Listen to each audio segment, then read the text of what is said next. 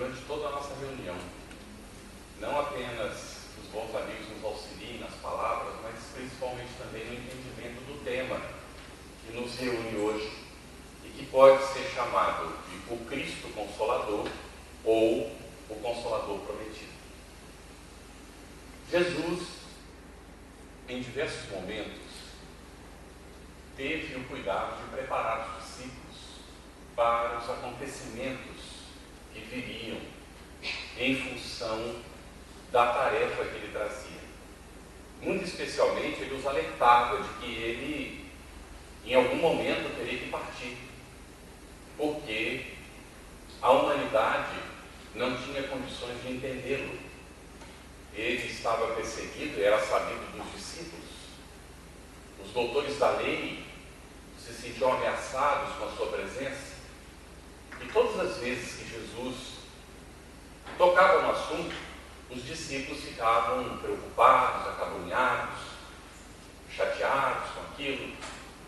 E numa dessas vezes, João registra que Jesus desejou acalmar os discípulos. Está registrado por João no capítulo 14, versículos 15, 16 e 17 e 26. Jesus diz assim aos discípulos: se me amais, guardareis os meus mandamentos, e eu rogarei ao Pai, e ele vos enviará outro Consolador, para que esteja para sempre convosco. O Espírito de verdade, que o mundo não pode receber, porque não o conhece, porque não o vê, nem absolutamente o conhece. Mas vós o conheceis, porque ele estará convosco e habitará em vós. Mas o Espírito Santo, que o Pai enviará em meu nome, vos ensinará todas as coisas e vos fará recordar tudo quanto vos tenho dito. Nós vemos então que Jesus estava fazendo o anúncio da vinda de um outro Consolador, porque ele próprio era o Consolador na manifestação junto dos discípulos e daqueles que o acompanhavam nos seus ensinamentos. Mas o Divino Mestre estabeleceu algumas condições para a manifestação do Consolador.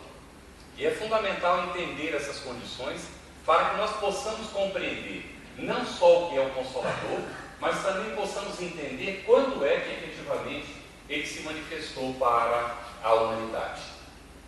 Quando é que esse Consolador apareceu? Terá sido lá no dia de Pentecostes, quando os discípulos, já sem a presença do Mestre, tendo Judas já se suicidado, eles estavam reunidos num dia importante da festa dos judeus e de repente começaram a falar em diversos dialetos que todos os que estavam presentes tinham condições de entender, e ficou descrito no Atos dos Apóstolos que línguas de fogo desciam sobre a cabeça deles. E a Igreja Católica afirma que ali é que se manifestou o Consolador Prometido. Será isso mesmo? Se é verdade que o Consolador se manifestou naquele momento, então nós espíritas estaríamos enganados, porque o Espiritismo afirma que o Consolador Prometido é a doutrina espírita. Quem é que tem razão nessa história? O Espiritismo não combate nenhum pensamento dos nossos irmãos de outras religiões. E nós veremos que muitas vezes as disputas se estabelecem pela carência de compreensão, pela falta de aprofundamento dos conceitos.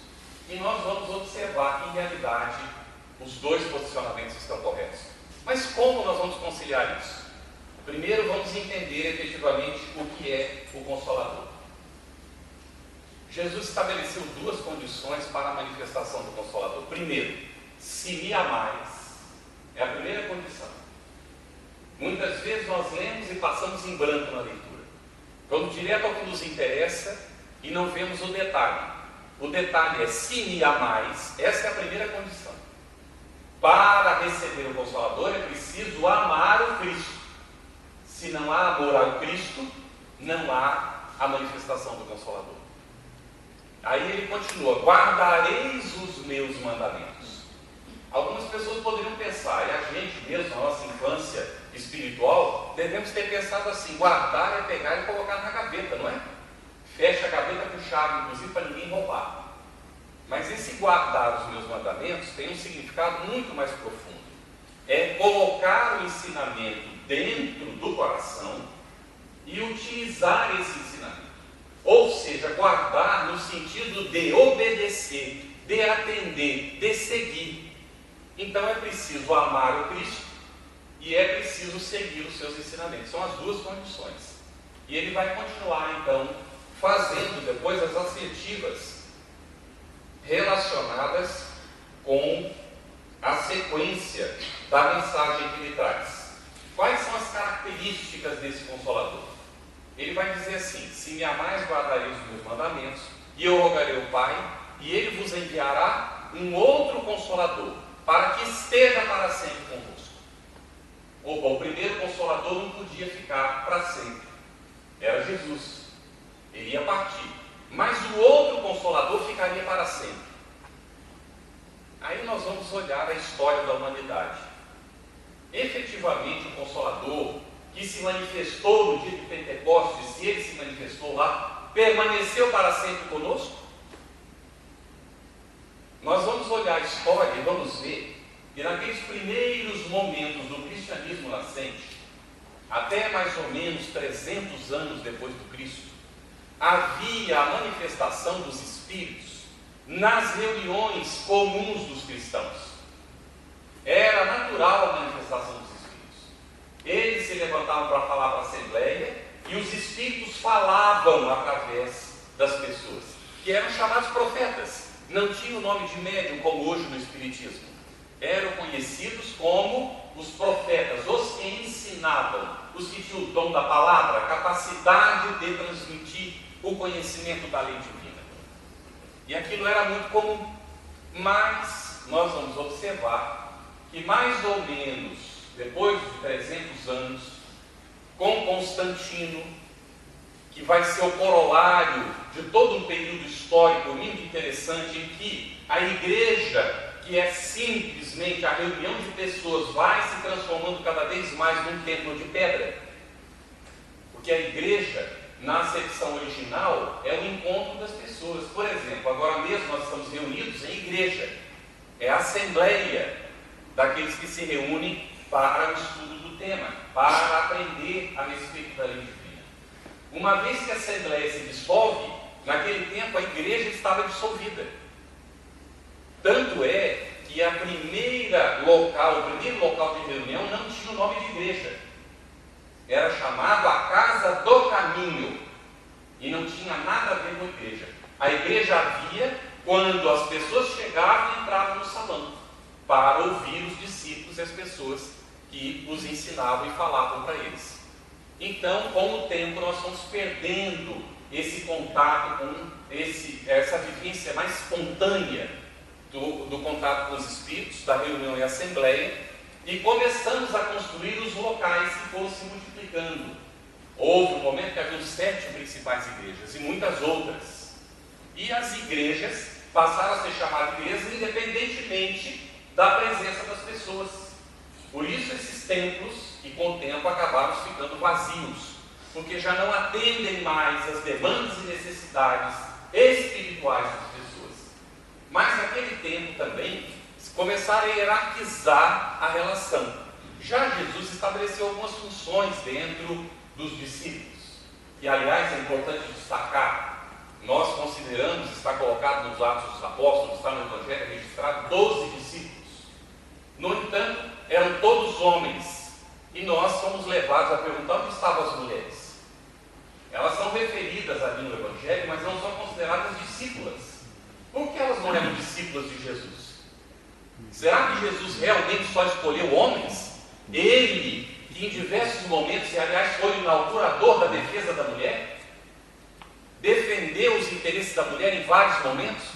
Ele que se apresentou depois da crucificação primeiro para Maria Madalena. Será que Jesus discriminava entre homem e mulher? Ou fomos nós ao longo da história que fizemos essa discriminação? Por causa do nosso hábito de submeter a mulher ao jugo do homem. Então nós vamos observar que na verdade eram muito mais que 12 discípulos. Todos aqueles que seguiam, e aí nós encontramos no próprio Evangelho e nos Atos dos Apóstolos a referência. Jesus indicou 12, segundo consta lá. Mas depois ele fala para 72 da Galileia. Quem são esses 72? Depois da crucificação, ele fala para 500 da Galileia. E olhem que naquele tempo só se contavam os homens efetivamente, porque as mulheres eram totalmente discriminadas. Tanto é que quando fala, e 2 vezes trata do assunto, multiplicação de pães para 4.000 pessoas e para 5.000 pessoas, eram todos homens, porque as crianças e as mulheres não contavam, está no texto referido assim. Então não se sabe efetivamente quantas pessoas estavam presentes na multiplicação dos pães. Isso nos leva a considerar que as mulheres também eram discípulos de Jesus, inclusive algumas delas, porque vinham de famílias abastadas, davam apoio no aspecto financeiro à tarefa de Jesus, porque eles tinham que comer, eles tinham que se alimentar. Então, nós vamos encontrar algumas divisões de tarefa. Judas recebe a incumbência de cuidar da bolsa. Ele se oferece para aquele trabalho. Ele gostava desse tipo de trabalho. E Jesus o alerta: Judas, cuidado, que essa bolsa não te pese. E foi o que pesou para ele. E foi custar depois quase aproximadamente 1.800 anos para ele se recuperar e voltar a integrar o grupo dos trabalhadores diretos de Jesus na sua última encarnação aqui como Joana d'Arc. Então nós vamos observar que naquele período a igreja começou a se hierarquizar, conforme ela se estruturava como local de encontro e transferia o nome de igreja, que era Assembleia, para a igreja, o templo de pedra, ia acontecendo a hierarquização daqueles que seriam os trabalhadores do cristianismo nascente. Começaram a surgir os bispos, aqueles que tinham de alguma maneira uma espécie de autoridade sobre os demais. E com o tempo os bispos começaram a disputar a primazia, qual deles seria o maior. Mas isso já tinha acontecido lá junto de Jesus, quando a mulher de Zebedeu vai procurar o mestre para pedir a ele que os seus 2 filhos tenham assento, um à sua direita e o outro à sua esquerda no reino dos céus. E aquilo vira uma disputa entre os discípulos, porque depois do diálogo que Jesus mantém com ela e com eles, os outros ficam murmurando: mas quem eles pensam que eles são? Afinal de contas, por que o direito da primazia? Por que eles acham que eles têm algum tipo de privilégio? E é o que aconteceu entre eles. E Jesus então os alerta: por que vos inquietais? O reino de Deus está dentro de vós. Não é uma conquista externa, é uma conquista interna. E aí nós vamos ver que nós vamos perdendo o contato cada vez mais com a primitividade ou o ensinamento primitivo do que Jesus veio nos trazer. Vamos então ver que na época de Constantino já estava estabelecida essa disputa. E ele então precisa manter os seus exércitos para manter o poder romano. E ele observa que havia um fator que estava influenciando muito, porque as pessoas que se faziam cristãs não queriam mais a violência e não ingressavam para o exército. E ele então, entre outros fatores que estavam acontecendo, que não vamos entrar aqui no mérito da questão, vamos diretamente ao ponto que nos interessa, porque o tempo é curto. Então ele vai dizer que um dia ele viu um sinal no céu. É verdade ou não é? Fica aí ao benefício da dúvida de cada um de nós. O fato é que ele afirmou que ele viu um sinal no céu. O sinal era de uma cruz. E ele entendeu, a partir dali, que ele deveria adotar o cristianismo como religião oficial do Império Romano. E nós perdemos o rumo da proposta renovadora que Jesus veio nos trazer. Não por causa de Constantino, mas porque nós já havíamos caminhado no sentido de permitir que ele fizesse o que fez. E aí ele engrossou os fileiros dos seus exércitos outra vez, e nós vimos o afastamento definitivo da igreja da proposta de Jesus. E vai surgir agora, até o nome de cristianismo sai, e aparece a Santa Madre Igreja Apostólica Romana. E aqui nós temos que abrir um parênteses. Não estamos fazendo crítica. O que nós estamos fazendo é uma análise histórica.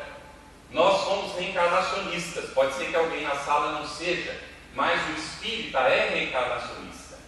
Uma pessoa que é reencarnacionista sabe que teve várias reencarnações no passado.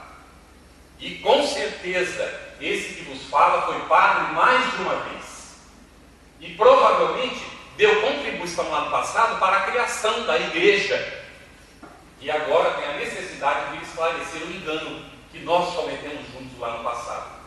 Então, a igreja se afasta completamente da proposta original e se torna a igreja dos homens, transmitindo o ensinamento dos homens como faziam já na época de Jesus os doutores da lei.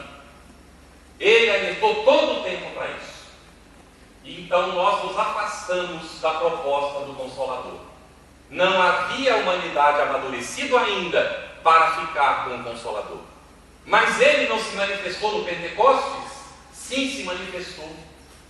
Mas ali entenderam a mensagem os que estavam maduros para compreender.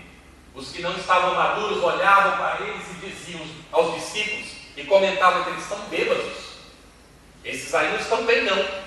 Estão possuídos pelo demônio, porque não estavam maduros para compreender.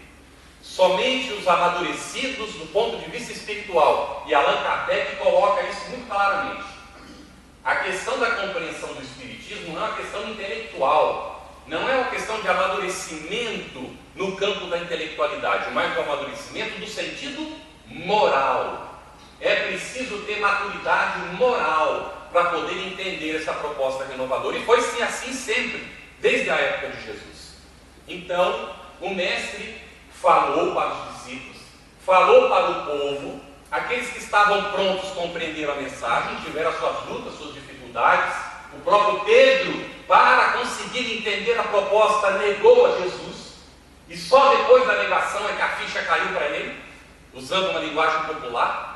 Então nós vamos observar que cada um de nós passa pelas suas experiências, até quando chega o momento em que, amadurecidos na forja da vida, nós então temos a condição de efetivamente compreender a proposta daquilo que Jesus veio nos trazer. Então nós perdemos o contato com o Consolador naquele momento inicial. Não ficou ainda para sempre com a humanidade, ficou com aqueles que estavam amadurecidos. E nós entramos, a partir de Constantino, na construção do período mais negro da história da humanidade. Há quem não concorda com isso e nós respeitamos profundamente, mas preferimos manter o posicionamento de que a Idade Média foi o período mais negro da história da humanidade. Se possível for, naquele tempo, o indivíduo teria sido proibido de pensar, porque, principalmente pela ação da igreja, e depois nós vamos examinar a reforma protestante, se fosse possível, o indivíduo teria sido proibido de pensar, porque ele teria que aceitar as imposições do dogma, e a vida era aquela vida regulada completamente pelos dominadores do campo da religião. Todos se submetiam, todos, até os reis, e a pessoa não tinha por que discordar. E quando havia a tentativa da manifestação do Consolador, o indivíduo era posto na fogueira, era queimado como bruxo. Porque o maior temor de que nós tivemos durante aquele tempo negro, em que predominava o nosso pensamento de homens e não o pensamento espiritual, era que os espíritos pudessem se manifestar para contrariar o que nós estávamos fazendo. Então o indivíduo que tivesse a coragem de falar era colocado na fogueira e era queimado. Isso aconteceu com muita gente, foi uma verdadeira carnificina ao longo do tempo, e essa inquisição não foi feita somente pelo catolicismo, foi feita também pela reforma protestante, depois de 1500. Então nós vamos observar que durante todo esse período, não é que o Consolador não tentasse se manifestar. Havia tentativas, mas nós barrávamos em quase todas as circunstâncias. Então, Jesus vai dizer, para afirmar isso que nós estamos colocando, ele diz então: se me amais, guardareis os meus mandamentos, eu rogarei ao Pai, e ele vos enviará um outro Consolador para que esteja para sempre convosco. Vimos que não era possível ficar para sempre conosco. E ele diz: o Espírito de verdade, que a humanidade não pode receber, porque não o vê, nem absolutamente o compreende. Então, a humanidade não estava madura para compreendê-lo ainda. E aí ele vai dizer: mas vós o recebereis. Ou seja, os discípulos, os que estavam compreendendo a mensagem, iam receber o Consolador, porque ele estará convosco. E olha a ação da mediunidade: e habitará em vós, utilizará o vosso corpo para se manifestar. São os Espíritos falando pela voz dos seguidores de Jesus naquele tempo. Muito claro o texto, mas a gente tem dificuldade de entender, e naturalmente, como entra no terreno da interpretação, pode haver quem não concorde, mas o Espiritismo, na interpretação que ele nos dá, nos oferece elementos para concluir dessa maneira. Então os discípulos receberam, e todos aqueles que estavam maduros receberam o Espírito Santo, que falou pela boca deles, e eles seguiram os seus ensinamentos e se desligaram da terra. Foram aqueles que Jesus convidou para estar no mundo sem ser do mundo. A maior parte de nós preferiu ser do mundo, nos apegar ao poder temporal, às coisas da matéria, ao ouro, à prata, ao poder, às vantagens da gula, aumentar o nosso peso incondicionalmente ou inconsideradamente, assim sucessivamente ao longo do tempo. Isso por várias e várias encarnações. Mas mesmo nesse período negro, então, nós vamos ver várias manifestações. O próprio Kardec vem como João Rus se manifestar num dado momento. E já naquele tempo ele vai tentar falar da reencarnação, e é levado à fogueira. Mas nós temos duas figuras que marcaram muito o nosso tempo, ou a nossa história. Uma delas foi Francisco de Assis. Era um jovenzinho.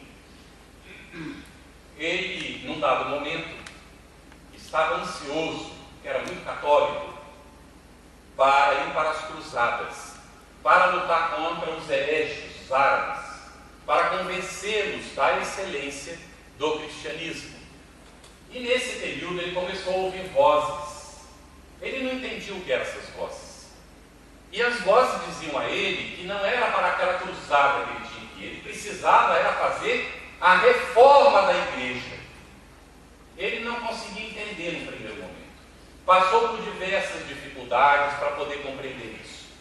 Ele era filho de um comerciante muito rico, riquíssimo homem. Ele recebia dos soldados os espólios, porque os soldados tinham autorização de, quando venciam, espoliar, tirar tudo que eles podiam e carregar. Então traziam, e o pai do Francisco era quem recebia, era um dos que recebia tudo isso. Comprava muito baratinho e foi amealhando uma riqueza impressionante. Então, Francisco era muito rico. E durante a sua juventude, ele viveu como os jovens da sua época. Dava os jantares, os almoços, e vivia como a juventude vivia. Quando então ele começa a despertar, ele entra em conflito. E um conflito que ele levou a encarnação inteira dele com Francisco foi o período que ele viveu como jovem, vivendo como os jovens normalmente vivem. Então, ele começa a ouvir as vozes. Narra-se que uma vez ele tinha um cavalo muito bonito, cavalo lindíssimo, ele adorava aquele cavalo. E ele saía cavalgando com o cavalo, era uma maneira dele se distrair pelos campos. E naquela época não havia cura para a lepra. Então a pessoa que tinha lepra, ela era obrigada a levar uma campainha. Sabe essas campainhas que coloca no pescoço da cabra? Então o leproso vinha pelo caminho, quando ele via uma pessoa, ele balançava a campainha para a pessoa saber que era um leproso e dar a volta, porque se chegasse perto podia se contaminar. E Francisco tinha um pavor dos leprosos. Era um pavor horroroso. Ele não podia ouvir a campainha, que ele saía disparado correndo. E nesse dia ele vinha com o cavalo distraído. Quando ele ouviu a campainha, ele estava próximo de um homem na estrada. E o primeiro impulso dele foi virar o cavalo e sair correndo.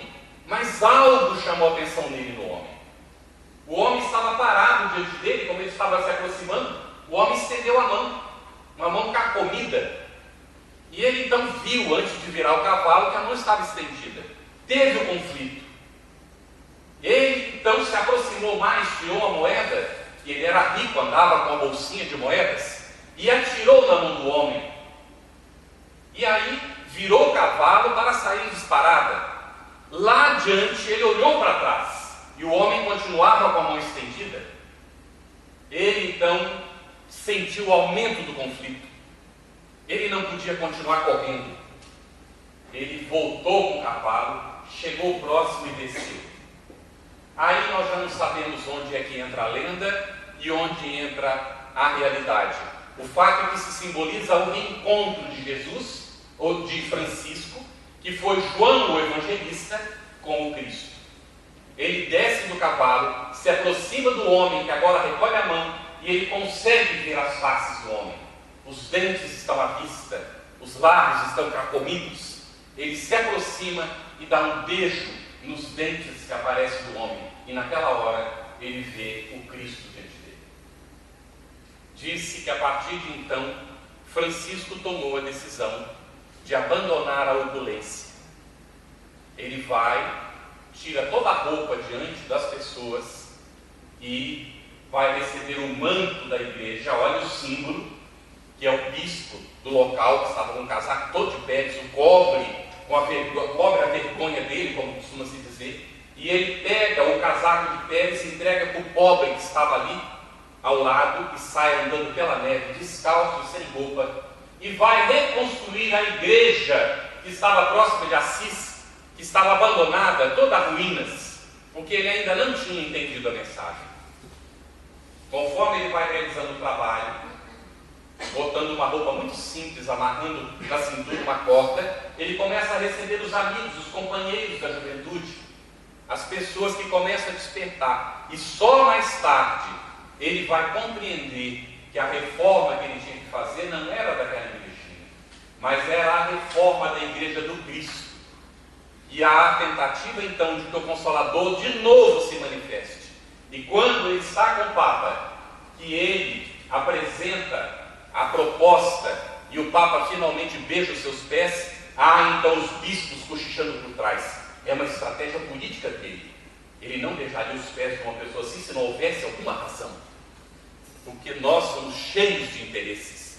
Porque não compreendemos o verdadeiro interesse da nossa alma ainda. Mas nós temos uma outra figura que também foi muito importante, inclusive para a manifestação do Consolador prometido depois. É Joana d'Arc. Era também uma jovenzinha, analfabeta de Dom Remy, não sabia ler uma letra. Em um dado momento ela começou a ouvir as vozes, muito católica, ela era católica mesmo. E ela então não conseguia saber de quem eram as vozes, ela achava que eram dos santos. Dava até nome para as vozes. Ela achava que eram os santos da igreja que falavam com ela. E essa foi a petição dela, inclusive. Ela então recebe uma tarefa, uma missão. A missão dela, nós vamos entender depois, lendo o livro Joana d'Arc, a médium, ou o médium de Leon Denis, quando ele vai colocar que a missão dela era a reconstituição da cidadania, ou seja, que o povo francês de novo voltasse a ser um povo, porque durante a guerra, que durava muitos anos, a cidadania francesa havia sido destruída completamente. Os ingleses dominavam ali na época. E ela vai, então, chega a dirigir o exército. E ela coloca depois, jamais tirou a vida de ninguém. Durante toda a luta, nunca tirou a vida de ninguém. E depois de haver finalmente feito o que ela tinha que fazer, que era coroar o rei, ela é traída pelo rei. E ela é traída pelos católicos do seu país. E é entregue aos católicos ingleses. Qual é a situação dela então? Primeiro questionam a virgindade dela. Incomodava demais que ela fosse virgem para eles. Muito. Por causa da cobiça infeliz do homem em relação à mulher outra vez. E aí vão questionar para ela: como é que os santos falam com você? Nós somos os representantes de Deus na terra. Eles queriam falar conosco e não com você, que não é nada. E ela não sabia explicar por quê. Finalmente, ela é levada à fogueira e é queimada. O tempo passa e a própria igreja, nós lá atrás, vamos recuperar Joana d'Arc, que hoje ela é uma santa da igreja. E aí nós perguntamos, afinal de contas, a mediunidade é uma coisa do diabo, que queima Joana d'Arc, ou é uma coisa dos santos, que canoniza Joana d'Arc. É o eterno conflito da igreja que se afastou da proposta original do nosso mestre. Nós vamos ver então que ao longo da história, em diversos momentos, há a preparação para a vinda definitiva do Consolador. Um outro momento que nós podemos considerar como importante é a Reforma Protestante. Nós não estamos seguindo aqui a história estamos citando fatos aleatoriamente. A Reforma Protestante teve um papel fundamental para a vinda do Consolador prometido, porque durante o período negro da nossa história, nós chegamos a um ponto que os sacerdotes se faziam representantes da religião sem conhecer o Evangelho. Alguns monastérios tinham uma cópia do Antigo e do Novo Testamento presa num poste de ferro por uma corrente. O indivíduo que queria consultar tinha que ir ali, porque senão ele não lia o Evangelho, porque não era importante conhecê-lo para se fazer sacerdote. Era importante saber qual era a primazia e quais eram os interesses da igreja para dominar o povo. O Evangelho era uma questão secundária. Os textos foram todos retirados ao longo do tempo das mãos das pessoas. Viram ou leram o livro O Nome da Rosa, de Humberto Eco? Ou viram o filme? Quem não viu, vale a pena, ainda dá para a gente conseguir encontrar. Ali fica retratado o que foi que aconteceu. Em alguns locais, os livros eram colocados em bibliotecas secretas. E como havia alguns livros proibidos, como o de Aristóteles, por exemplo, alguns sacerdotes passavam um veneno no livro para que quem lesse morresse, porque tinha o ato de passar as páginas e botar o dedo na língua. Então o indivíduo morria quando ia ler o livro. Olha a situação que ele realiza para ficar registrado quanto havia de ojeriza às doutrinas que eram diferentes da doutrina da igreja. De novo, voltamos a destacar, não é crítica, isso é análise histórica. Então, nós vamos observar que a Reforma Protestante vai ter uma grande vantagem. Pega o Evangelho e o Velho, o Antigo Testamento e traduz para o alemão e coloca ao alcance do povo. O povo volta a ler de novo os textos no ensinamento direto. E daquela tradução, outras vão aparecer em diversos idiomas, a ponto depois da Bíblia ser o livro mais lido no mundo. Mas isso levou uma série de consequências. Uma delas é que hoje a denominação protestante tem mais de 2.000 seitas. Mais de 2.000 seitas, só a denominação protestante. Porque aí na interpretação pessoal, cada um cria a sua religião. E mais recentemente, nós vimos surgir um fenômeno, principalmente no Brasil, de um grupo de pessoas, isso saiu publicado inclusive nas revistas, que descobriu que era mais vantajoso criar uma religião do que seguir trabalhando. Isso foi uma jogada de marketing, inclusive. Então, alguns indivíduos deixaram os seus trabalhos profissionais para criar igrejas, porque rende muito mais. Porque lá na Bíblia está dito que tem que pagar o dízimo. Então, esses indivíduos cobram o dízimo e muito mais do que isso. Porque induzem as pessoas num processo magnético e o indivíduo dá o que ele tem e o que ele não tem.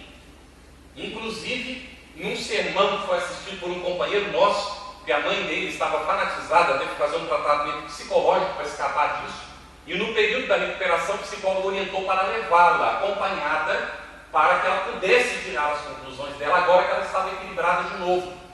Então, o filho foi acompanhar a filha também, e narra que num dia a reunião durou 2 horas. Das 2 horas falou-se do Evangelho durante 30 minutos. 1h30 foi pedindo dinheiro. Inclusive houve um momento clímax, que em 10 minutos se juntou 10 cheques de R$1.000, juntando R$10.000, e os 10 cheques vieram para dentro da cesta. Então nós vemos esse grupo que se dividiu, que já brigou, que se multiplicou, que se afirma não mais protestante, porque se fossem protestantes teriam que pagar uma parte do dízimo para a igreja central. Então eles se dizem neo-evangélicos. Há um filme que mostra como é que o chefe deles ensina para eles para que as pessoas não pensem que eles são falsos profetas. Nós vemos o engano que nós estamos cometendo ao longo do tempo, confundindo as coisas da espiritualidade com o poder temporal da terra e o apego às coisas materiais. Bem, a reforma protestante trouxe uma grande contribuição. Foi colocar o Evangelho de novo ao alcance do povo. Porque se as pessoas não tivessem a liberdade de interpretar, como é que poderia haver Espiritismo? Mas não foi só isso. O povo francês, que teve a presença de Joana d'Arc, que trabalhou e lutou para devolver a cidadania, estava chegando no momento de adquirir a maioridade e ainda estava muito pendente daquela coisa chamada reinado, é o rei, o pai de todos, e aquela confusão tremenda, muita fome espalhada pelo país. E aí acontece, vamos resumir o ponto, isso é muito mais profundo que isso, acontece a Revolução Francesa, que também teve um papel importante, era devolver às pessoas a capacidade de utilização do seu livre-arbítrio. E aí nós vamos ver os desmandos que nós somos capazes de realizar, porque na própria Revolução Francesa, os revolucionários que começaram a matar os seus inimigos pela guilhotina, acabaram morrendo pela própria guilhotina. Quantas mil pessoas? Para isso, 55 mil pessoas em 9 meses. 55 mil pessoas. 55 mil pessoas em 9 meses. Imagine a calamidade disso, a quantidade de sangue na guilhotina, o desmando, o descalabro. Era para acontecer a Revolução Francesa? Sim, mas precisava disso? Não, não precisava. Mas a nossa inferioridade provoca esse monte de descalabro ao longo do tempo, abrindo então a necessidade de repararmos os nossos enganos mais tarde. Mas também a Revolução Francesa contribui, porque agora o povo tem a liberdade de decidir, não fica pendente de um governo que supostamente foi colocado pelo poder divino e que, portanto, é o poder de Deus aqui na terra. Se não é o poder da igreja, é o poder do rei. E aí nós somos colocados na condição de eleger a nossa própria governança. E inauguramos o período chamado democrático, que já vinha sendo exercitado pelos gregos lá atrás. E quando então nós entramos no exercício da chamada democracia, em função da nossa inferioridade, nós fazemos isso evoluir para a demagogia, em que prevalece o que fala mais bonito, o que consegue se liar ou se ligar aos outros para formar os seus partidos, e o mundo fica governado pelos partidos. Nós nos lembramos que Divaldo narrou uma vez uma palestra lá na Federação Espírita Brasileira, em Brasília, que havia um companheiro, um rapaz, que insistia muito com o Divaldo, era político, envolvido com a política, e queria saber qual era o partido do Divaldo. E não dava sossego. Toda vez que ele viu o Divaldo, ele queria saber qual era o partido. E dizia: Divaldo, pode confiar em mim, eu sei que você tem um partido, me fala qual é, Divaldo. E o Divaldo sempre mudava de assunto, falava de outra coisa. E aí um dia, de tanto o rapaz insistir, ele falou para Joana: Joana, pelo amor de Deus, me ajuda, Joana. Eu preciso me livrar desse rapaz. Ele não me dá sossego. Eu não tenho partido. Eu falo para ele, não acredita em mim. O que eu faço com ele?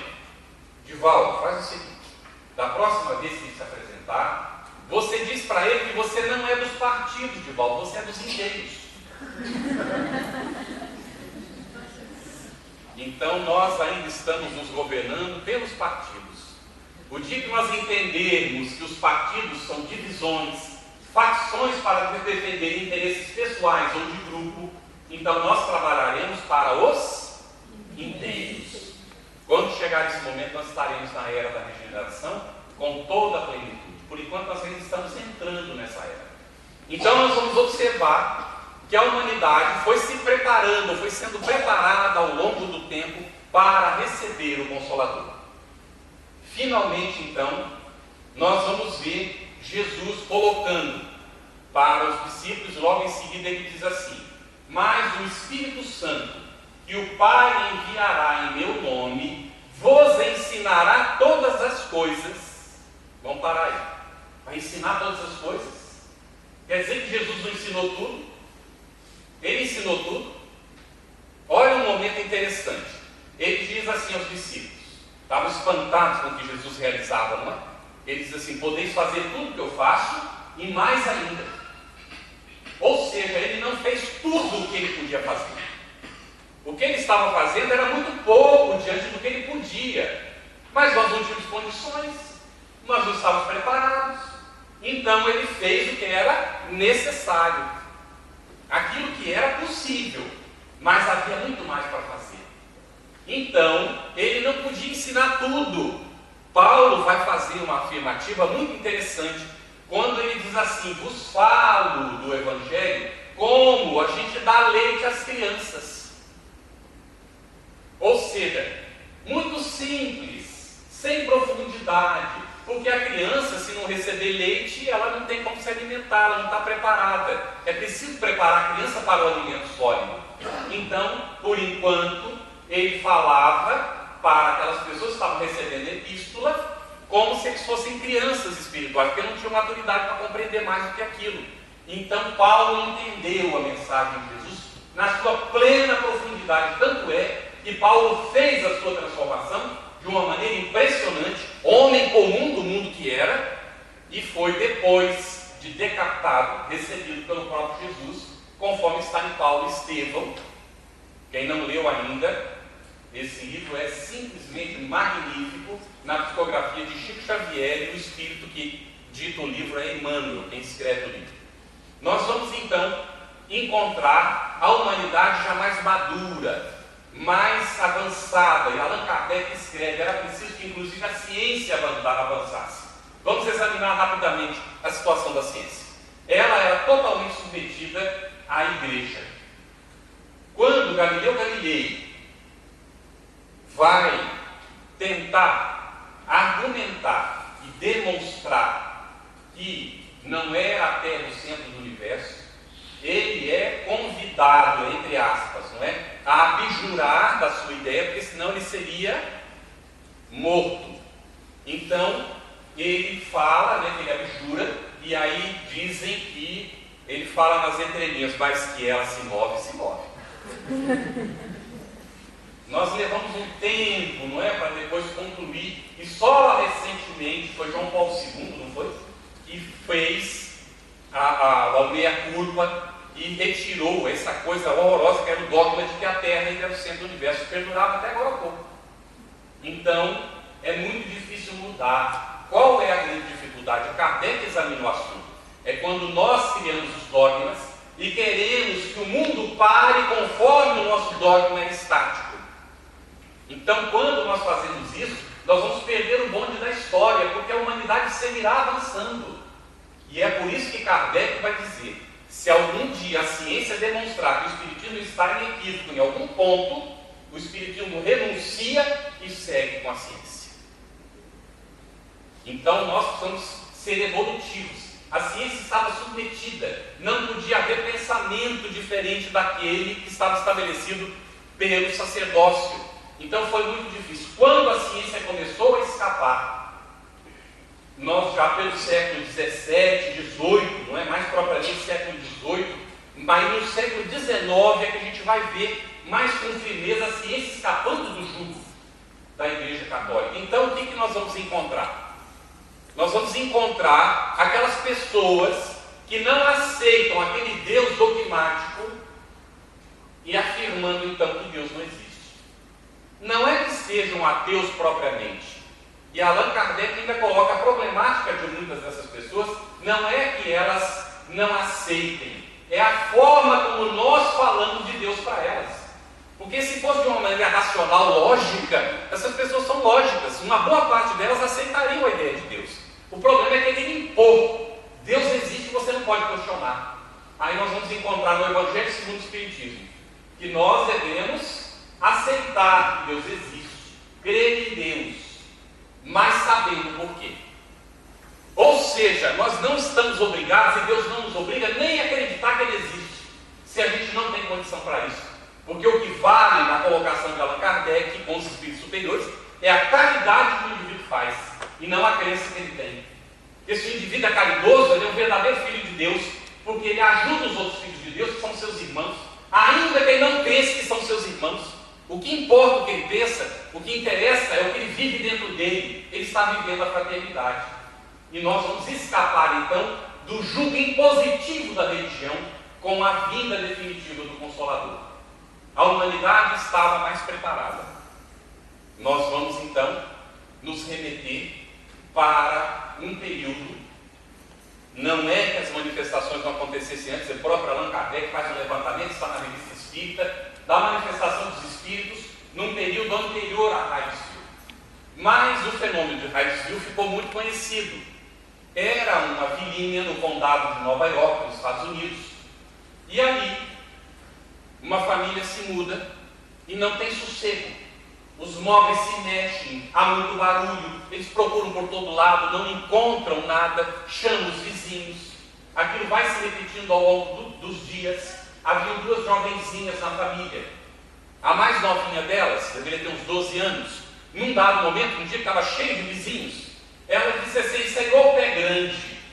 Por que ela chamou de pé grande? Porque ela via o espírito. E o espírito provavelmente tivesse um pé grande. Então ela fala assim: Senhor pé grande, faça o que eu faço.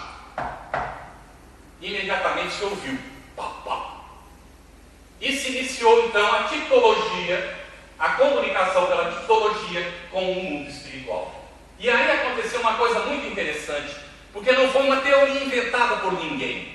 Perguntou-se por um alfabeto, uma batida sim, 2 batidas não, 3 batidas A, 4 batidas B. Imagina o tempo para formar uma frase.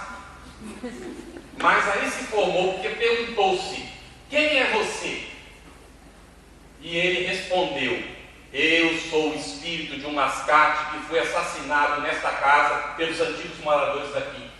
Então não foi ninguém que inventou que era o espírito que estava se comunicando, ou disse assim: será que é um espírito que está se comunicando? Vamos perguntar para ele. Não perguntou quem é você, ele respondeu que era o espírito. A iniciativa de dizer que era o espírito foi do próprio fenômeno. Não fomos de nós que estamos aqui encarnados.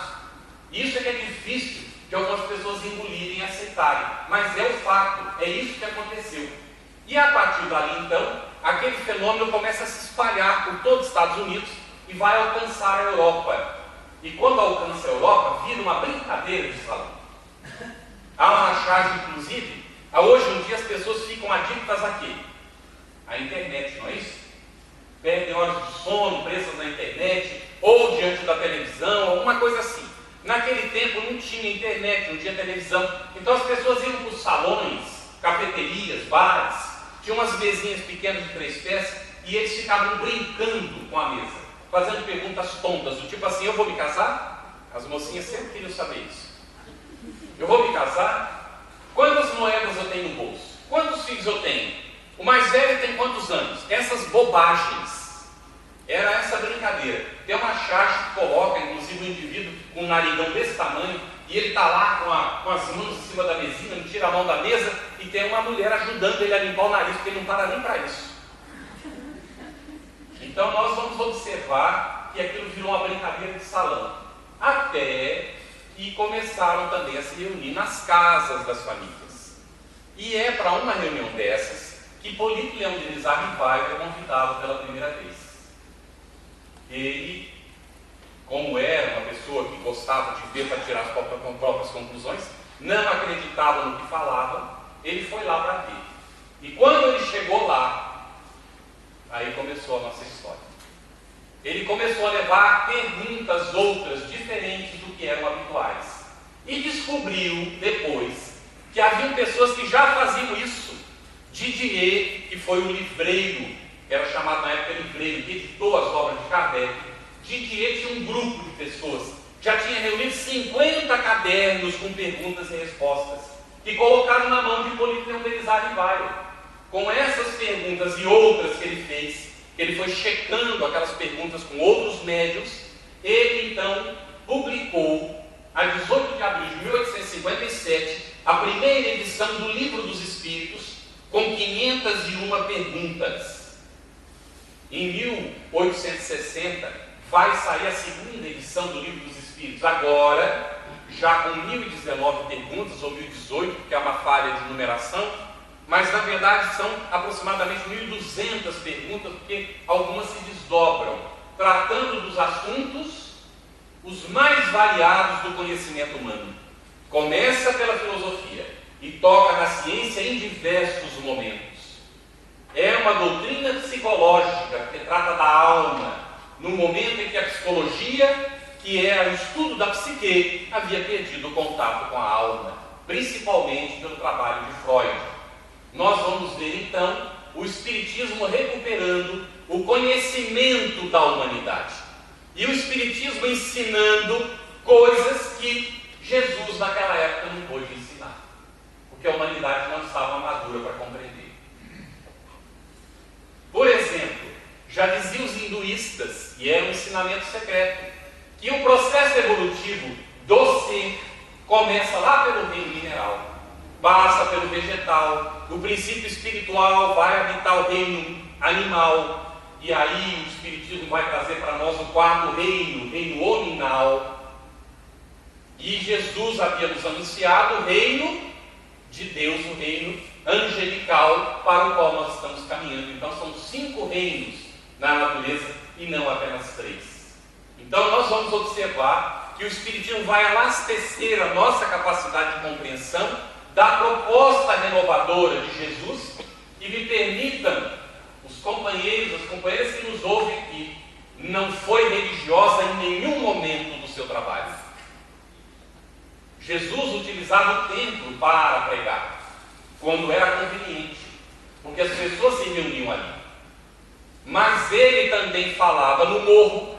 O sermão mais conhecido dele não foi dado no templo religioso, foi dado no cerro, na montanha.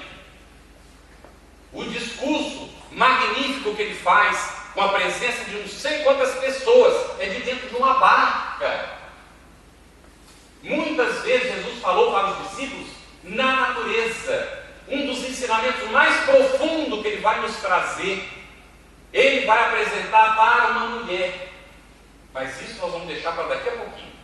Nós vemos então a comparação das características do que Jesus falou do Consolador com aquilo que é o Espiritismo hoje. Nós vemos então que ele prometeu que o Espírito que seria enviado, que a gente já carregou o santo, que o santo não estava na história, o Espírito que seria enviado iria ensinar todas as coisas e relembrar o que ele havia dito. O Espiritismo recupera o ensinamento de Jesus na sua pureza primitiva, conforme foi na origem, porque são os Espíritos que vêm nos falar daquilo que eles buscam na memória do registro que está na nossa própria terra e que eles têm os arcanos da espiritualidade. Então nós vamos encontrar as situações como essa, por exemplo. Pessoas portuguesas saem daqui e vão descobrir o Brasil. Formam no Brasil as primeiras cidades, passam a viver ali. Ali elas desencarnam, vão para o mundo espiritual e chegam no mundo espiritual e encontram um ambiente espiritual selvagem, ainda por desbravar, e criam uma cidade que hoje é conhecida como Nosso Lar, nas cercanias espirituais do Rio de Janeiro. Criação dos portugueses desencarnados lá. Essa cidade vai fazendo o registro de tudo o que acontece e recebe informações dos planos superiores da vida. Tem um ministério chamado da comunhão divina, que faz contato com os planos superiores da vida. Espíritos superiores periodicamente vêm das regiões superiores para o nosso lar, e eventualmente alguns deles reencarnam aqui na Terra. Vêm para a Alvorada Nova. Há muitas cidades espirituais em torno da Terra. E aí nós vamos encontrar, então, aqui reencarnada, por exemplo, uma Madre Teresa de Calcutá, uma Irmã Dulce no Brasil. Vamos encontrar o Chico Xavier. Vamos encontrar, e aí temos uma série de espíritos que estiveram reencarnados aqui entre nós para o cumprimento de tarefas, para a manutenção da presença do Consolador junto de nós. Vamos ver então o Fernando de Lacerda, não é isso? O médium, com a psicografia dos livros que ficaram. Nós vamos ver o médium que não se compreendeu, incompreendido, e que acabou se suicidando, Camilo Castelo Branco. Era um médium, e um médium com uma capacidade impressionante, mas ele não tinha consciência disso. Terminou por se suicidar por causa de orgulho, e aí vem transmitir o livro Memórias de um Suicida. pela psicografia de Ivone Pereira. Nós vemos então a presença do Consolador ao longo da nossa história em diversos momentos. E o Espiritismo traz exatamente as características que Jesus havia descrito. Relembra os ensinamentos dele e nos ensina coisas que a gente não estava maduro para reconhecer. E um ponto de identidade que é fundamental e com o qual nós vamos fechando o nosso comentário para abrir para algumas perguntinhas, pode ser? Seria o seguinte: Jesus, ele deixou num dado momento para nós, e aquele momento ele se encontra com uma mulher. Ele estava sozinho, se dirige para o poço de Jacó. Ali está uma mulher que é samaritana retirando água. Ele então se dirige a ela e rompe com 2 tabus, pelo menos, que eram da época. Primeiro, ela era uma samaritana. Os judeus tinham uma aversão aos samaritanos, porque diziam que os samaritanos tinham traído a religião, porque eles queriam adorar a Deus no monte. E os judeus diziam, os hebreus diziam que adorar a Deus é só no templo de Davi. Não havia outra possibilidade. Então, ele se dirige a ela, que é samaritana, e ademais ela é mulher. Os hebreus não se dirigiam a mulheres estranhas de jeito nenhum. Tocá-las, então, nem pensar. Vai que ela estivesse imunda, porque a menstruação era imunda. Era considerada, ainda hoje, tem judeu ortodoxo que considera a menstruação coisa imunda. Então, tocar numa mulher, não se sabe se ela está menstruada, imagina, nem pensar. Então, Jesus rompe com 2 tabus, pelo menos. Ele se dirige a uma mulher que está sozinha e ainda fala com uma samaritana. E ela percebe isso e diz a ele: como tu te atreves a te dirigir a mim? Para pedir água. Ele havia pedido água para ela. A mulher dá-me de beber. E aí ele diz assim: se soubesses com quem falas, a mim tu me pedirias água. E eu te daria de uma água que, uma vez que bebesse, jamais teria sede. Aí ela disse: Senhor, dá-me dessa água. Ela começa a desconfiar de alguma coisa e começa a tabular uma conversa com ele. Há um dado momento que ela está um pouco ainda tímida, porque afinal de contas é um homem, é um hebreu falando com ela, e Jesus percebe o embaraço dela e diz assim para ela: vai e busca o teu marido. Aí ela diz assim: mas eu não tenho marido. E ele diz: é verdade, porque já tiveste 7, e este com quem estás não é teu marido. Aí ela diz: ele é o profeta. Será que é o profeta anunciado? Então, quando ela percebe isso, ao invés de ela ir buscar o marido, ela faz a pergunta das mais profundas que já se fez para Jesus. O que é aquela pergunta? Onde, Senhor, é o local de adorar a Deus? Parece uma coisa trivial, porque era a disputa deles na época. Mas olha a profundidade. Onde é o local de adorar a Deus? Aí Jesus vai dizer para ela, faz todo um arrazoado que não vamos entrar no meio aqui, e diz assim para ela: em verdade eu te digo, mulher, que chegará um dia em que o homem não adorará a Deus nem no monte, nem no templo. Vai adorar a Deus em espírito e verdade, porque Deus é espírito. Se nós tivéssemos entendido só isso do Evangelho, nós não estaríamos hoje contando toda a história que nós contamos aqui. Seria uma outra história muito diferente. Então é isso que o Espiritismo vem trazer para nós. O Espiritismo vem nos libertar do jugo da religião dogmática, para nos dizer que a religião é um caminho de conhecimento da lei divina, para nos libertar de nós mesmos. Porque o dia que nós aprendermos a adorar a Deus em espírito e verdade, no templo do nosso coração, na interioridade da nossa alma, nós não precisaremos mais de nenhuma religião, porque nós estaremos com o nosso comportamento, a nossa vida completamente religiosa, vivendo a religiosidade, que é o respeito profundo à lei de Deus, no amor que nós devotamos ao nosso semelhante. O Cristo Consolador é o amor em ação, que Allan Kardec vai chamar para nós de caridade, colocando a frase lapidar que é a bandeira do Espiritismo: fora da caridade não há salvação.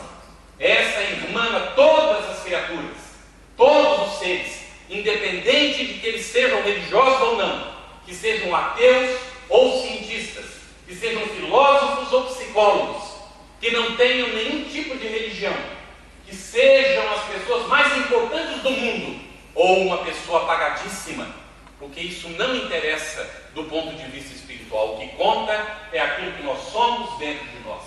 E é aí onde nós temos que trabalhar, é aí onde está o nosso campo de trabalho, aí onde está o nosso desafio. Que Jesus, o Divino Mestre, nos ilumine sempre nesse esforço, que é pessoal e intransferível, que cada um de nós realizará agora ou mais tarde, conforme a nossa vontade.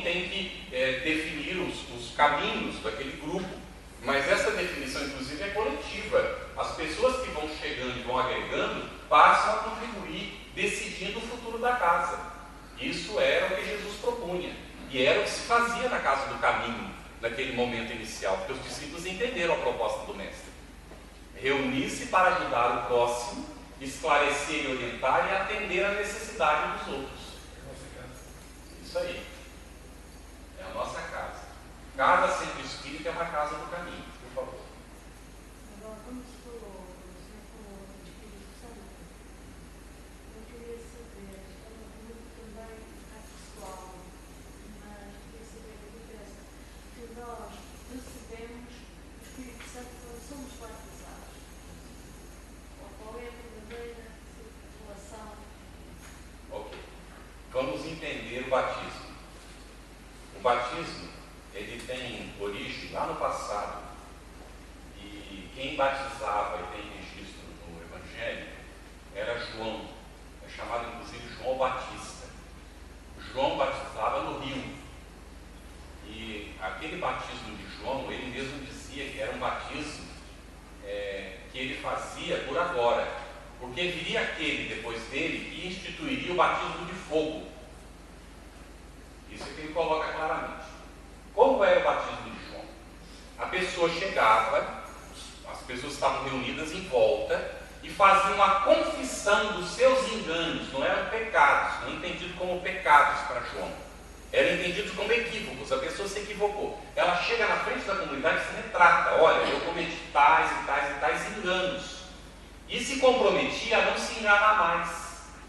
Como ele fazia o compromisso de não se enganar mais, então agora ele tomava um banho no rio para simbolizar que ele estava entrando numa nova vida de compromisso pessoal com essa renovação, de não continuar mais fazendo o que ele fazia. Esse era o símbolo. O receber o Espírito Santo era por causa da transformação, nem era santo, hein? O santo nós agregamos depois, era receber o Espírito. Então, para receber o Espírito, era preciso se renovar. Aí nós, com o tempo, fomos substituindo a essência pela fórmula. Quando João fala, não é o Batista, que virá aquele que vai trazer o batismo do fogo, é porque ele apresentaria diretamente o Espírito. Não haveria mais a necessidade do símbolo. Ele vinha para romper com o símbolo. E nós fizemos tudo ao contrário. Agarramos a doutrina de Jesus, colocamos o símbolo pagão, que a própria missa é um símbolo pagão, era um culto feito a séries, no período da renovação da safra. Aí nós transplantamos aquilo para dentro da igreja, porque precisava convencer os pagãos para vir para dentro da igreja, senão eles não vinham. Os pagãos estavam muito atrelados ao símbolo. Então nós vamos, com o tempo, ficar com o símbolo e perdemos a essência. Então nós ficamos com o batismo para receber o Espírito Santo sem saber como. Não temos ideia de como receber o Espírito. E o Espírito se recebe pela nossa renovação espiritual. Senão a gente vai receber os espíritos imundos. Para receber os bons espíritos, e por isso vem o qualificativo santo ao longo do tempo, aquilo vai acontecer pela nossa transformação moral. Então, quando Jesus nos ensina a sua doutrina, ele nos libera da necessidade justamente do batismo. Mas aí alguém vai agarrar a conversa de Jesus com Nicodemos, porque Jesus diz que aquele que não é nascido da água e do Espírito não poderá ver o reino de Deus. Então é a água do batismo. Isso não tinha nada a ver com a água do batismo. Jesus não estava tocando nesse assunto, não estava conversando sobre isso. Jesus estava dizendo que a essência, a matéria, vem da água. A evolução nossa começou nos mares tépidos, como as primeiras mônadas. Era disso que Jesus estava falando. Então a carne nasce da água, mas o Espírito de onde vem? Ele ainda pergunta. O Espírito sopra onde quer, ele não sabe de onde ele vem e nem para onde ele vai. Ou seja, nós não geramos o Espírito, geramos o corpo. O Espírito é gerado por Deus e nós não temos domínio de como é que isso acontece. Então o batismo é uma simbologia, não tem ilusão, porque na verdade a pessoa pode se batizar quantas vezes ela quiser, se ela não fizer sua transformação moral, aquilo não vale nada. Então não é porque batizou que recebeu o Espírito Santo, e nem é porque não batizou que vai morrer pagando. Não existe isso. A essência que está dentro de nós, o nosso sentimento, os valores morais que nós incorporamos, são superiores a qualquer tipo de ritual. Tudo bem, gente? Eu tive uma discussão em casa, porque tenho um filho que agora é pastor evangélico. E tem sido uma luta muito grande com ele, principalmente eu. E é que dá muito tempo, porque não conseguimos avançar, porque eu estou sempre a romper o diálogo com ele, ele quer falar e eu não deixo, não consigo, é superior a mim, não consigo deixá-lo falar, estou sempre a e este que o senhor agora acabou de dizer é o que eu penso sobre o batismo. E ele disse-me para mim: a mãe sabe se tem o Espírito Santo consigo? Eu tenho.